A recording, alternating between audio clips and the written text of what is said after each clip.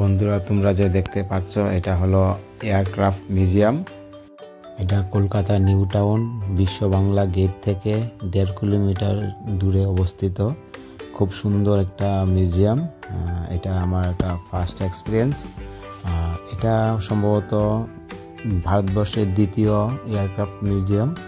তো এটার মধ্যে যখন আমি প্রবেশ করেছিলাম তখন দেখতে পেলাম যে কিভাবে প্লেনের মধ্যে এত ইলেকট্রনিক্স সরঞ্জাম আছে যার মাধ্যমে যেটা বানানো হয়, যে কি আছে এটার মধ্যে, কোথায় পাইলট, কো পাইলট, কোন দিকে বসে, তো এগুলি দেখতে পাওয়া যায়। ওটার ভিতরটা ভিডিও করতে দেয় না বা ফটো তুলতে দেয় না, তার জন্য তোমাদেরকে দেখাতে পাচ্ছি না। তাই বাইরে থেকে যতটুকু পারছি ওইটাই তোমাদেরকে দেখার সুযোগ করে দিচ্ছি।